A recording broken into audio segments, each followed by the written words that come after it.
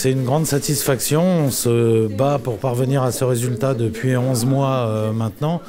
Et évidemment, on avait été un peu abasourdi par le résultat des élections du mois de juin, comme beaucoup, je pense.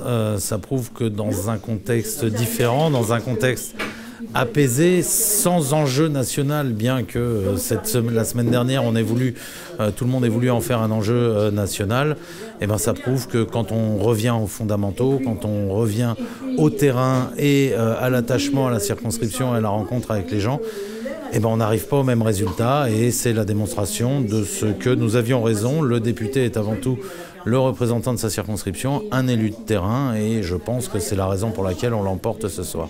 J'étais pas très serein et j'étais pas très optimiste. Je vous cache pas qu'encore une fois, je pense qu'ils m'ont donné un coup de pouce en faisant venir le chef de l'exécutif choisir la députée, ce qui est totalement antinomique avec le fonctionnement de nos institutions, hein, puisqu'en principe, le gouvernement est contrôlé par l'Assemblée nationale, et ils se sont peut-être inutilement exposés. Je suis extrêmement triste que seulement moins de 20% des électeurs se soient déplacés à nouveau.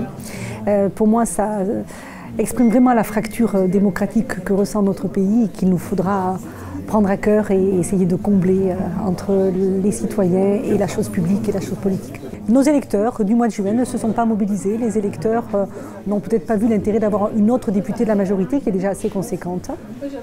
Je pense que la politique qui est menée prendra du temps. La transformation qui est en marche, elle doit peut-être être mieux expliquée. Elle doit aussi avoir des conséquences sur la vie quotidienne et que ça prendra du temps. On a 5 ans pour le faire et les électeurs ne l'ont peut-être pas vu tout de suite. Voilà. Il y a eu un bien meilleur report des voix aussi, je pense, pour le candidat LR, dont je félicite de sa victoire bien sûr, que du côté de la gauche pour ma candidature. Il devrait aussi s'interroger. Ce n'est pas la même chose d'avoir un député Wauquiez que d'avoir un député En Marche. Moi, je veux simplement dire qu'il est important de croire à la politique du changement, car là, les électeurs, ils ont fait le choix d'un vote contre. Je ne sais pas ce que le député Savigny va voter au Parlement. Il ne nous l'a pas dit. Pécresse ou Wauquiez, nous ne savons toujours pas. Et pour moi, un député qui se décrit comme étant sans état d'âme, ça pose des questions sur l'évolution de la politique. Voilà.